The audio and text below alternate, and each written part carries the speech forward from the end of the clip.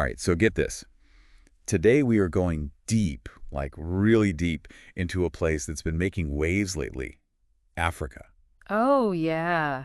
And you know what? I'm talking about the surge in interest in African-focused degrees. Like, it's really taking off. Interesting. You sent over this article, The Case for Pursuing an African-Focused Degree from EduAfrica. Right. And it just gets me thinking, is this like a passing fad or is there something bigger going on here? It's way more than a fad, that's for sure. And I think this deep dive will show you why. Think about this. We're looking at a continent with 54 distinct nations. Each one is a world of its own, you know? Whoa, 54. That just blows my mind. Yeah, and the article mentions 41 of these are considered developing nations. I was just going to say that must create some pretty unique challenges, but also some wild opportunities, right? Totally spot on. Yeah. Picture this. You're stepping into a region where economies are booming, traditions are ancient, and innovation is happening at warp speed. To really wrap your head around it, you need a multifaceted approach. Okay, I'm with you. And that's where African studies comes in. It's like weaving a tapestry, you know? You're bringing together all these different threads of history, sociology, politics, and economics. So it's more than just learning a bunch of facts and figures. Way more. It's about understanding how it's all connected. Like, imagine you're working on a development project in a rural community. You can't just waltz in with some generic solution. Yeah, that makes sense. You got to consider the historical context, the social dynamics, the political landscape. It's complex. So it's like having a superpower, this interdisciplinary approach, right? Right on. It's like having X-ray vision. You can see beneath the surface. I like that. Now imagine being able to talk directly to the people you're working with, understand their nuances, their humor, their worldview. That's what the article is saying about learning African languages. Oh, right. Swahili, Yoruba, Arik. Exactly, spoken by millions. Whoa, hold on. It says over 20% of Africa's population speaks either Swahili or French. Now I see why that's such a valuable skill. It's like, not just about communication, but building bridges. Absolutely. But let's change gears a bit and talk economics. Oh, okay.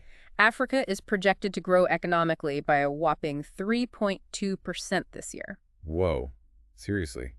That's huge. What's fueling that? Certain industries, natural resources, or what? It's kind of a perfect storm of factors. Abundant natural resources, a youthful and growing population, and technology that's leapfrogging those old development models. The multinational corporations are definitely paying attention then, right? You bet. And they need people who get this complex, fast-changing environment. Okay, so for anyone out there interested in international business or finance, this is like hitting the jackpot. For sure. Yeah. But it's not just about riding the wave. It's about understanding the cultural nuances, the market trends, the challenges, the opportunities. It's complicated. Yeah, I can see that. And that's where an African-focused degree comes in, right? Exactly. It equips you with the tools to navigate this landscape, to understand the why, not just the what. Got it. Okay, so let's talk culture. The article talks about cultural anthropology, really getting into community norms and practices. They mention studying the Maasai tribes, life in Madagascar. It's like Anthropology 101, but in real life. It's a total immersion experience. Like, picture yourself in a Nairobi marketplace or at a traditional ceremony in a remote village. That sounds incredible. You're not just observing, you're engaging, learning firsthand what makes each community tick. Okay, so that sounds amazing, but how does that translate to, practical skills? What can you actually do with all this knowledge? Well, let's say you're working on a community outreach program. Understanding the local customs can make or break your project. You need to know how to be sensitive to those cultural nuances. Right, like the role of elders and how families work and how they make decisions, right? Exactly. You can't just come in with some preconceived notion of how things should be. You have to adapt.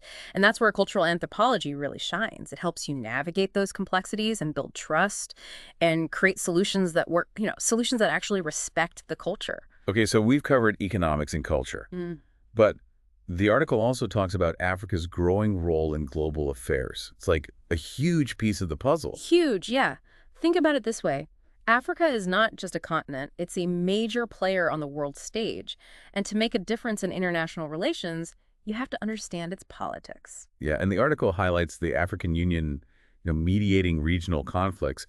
That really says something about their influence, their dedication to peace. Right, and for anyone thinking about a career in NGOs or government, this is must-know stuff.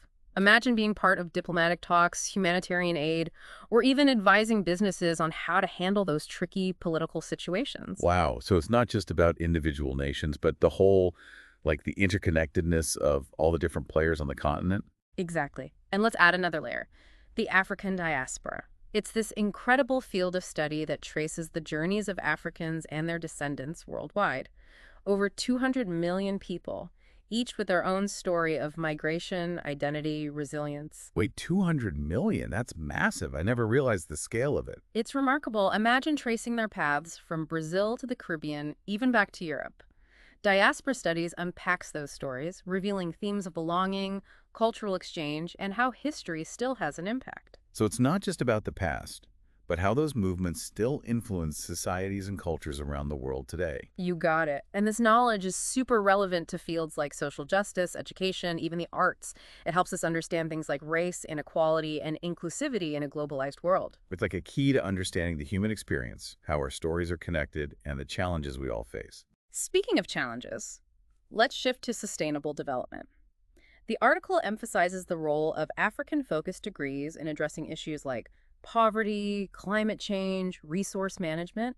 And it's not just about bringing in Western models, it's about learning from local communities and their creative solutions. Right, like they mentioned Rwanda's recycling rate, it's over 90%, right? It's incredible. Like, they've figured out sustainability in a way a lot of developed nations haven't. Yeah, it's amazing. And Rwanda's not alone. All across the continent, you see these ingenious solutions to problems with energy, agriculture, healthcare. These are communities that have adapted to their environments for centuries. They have so much knowledge to share. So it's not just about going to Africa to help or fix things. Right. It's about recognizing the expertise and innovation that's already there. It's about collaboration and learning from each other. That makes a lot of sense. And for someone with an African-focused degree, this opens up so many possibilities. Imagine being part of a team developing renewable energy in a rural village or working on sustainable farming practices. Wow, yeah. Like being on the cutting edge of a global movement toward a more sustainable future and learning from a continent that's in many ways leading the way. It's amazing to think about the impact you could make with a degree like this. We've gone from like deep cultural anthropology to the global stage of international relations, even sustainable development. It's a lot. And we haven't even talked about actually being there. You know, the article really highlights how valuable study abroad programs in Africa can be. Reading about a culture is one thing, but to live it, experience it firsthand, that's where the real learning happens. You know, it's funny, when people think study abroad, they usually think of Europe or backpacking through Asia. Africa doesn't get enough attention, and it has so much to offer. Right. Imagine yourself exploring ancient ruins in Egypt or going on safari or even volunteering with a local community. Those experiences change you. They shape how you see the world. Yeah, like a living classroom. Every interaction, every sight, every sound, it's all a chance to learn and grow. It's no wonder the article calls it transformative. And it's not just academics. It's about, personal growth, cultural immersion, a global perspective. You just can't get anywhere else. And that's what employers are looking for these days in our globalized world. Things like adaptability, cultural intelligence, understanding global issues. Those are the skills that stand out. A study abroad experience in Africa that can really set you apart. It's like investing in your future, both professionally and personally. It's more than just knowledge. You're broadening your horizons, challenging what you thought you knew, building connections around the world. We've only scratched the surface of what an African-focused degree has to offer, but hopefully this is giving you a taste of the possibilities. Whether you're into business, diplomacy, sustainable development, or just want to understand the world better, there's a path for you. The Ed to Africa article is a great place to start. But like you said, it's just the beginning. I'm definitely feeling inspired to dig a little deeper, explore those areas that caught my attention. And that's what we hope for. To spark that curiosity, encourage you to keep exploring this amazing continent.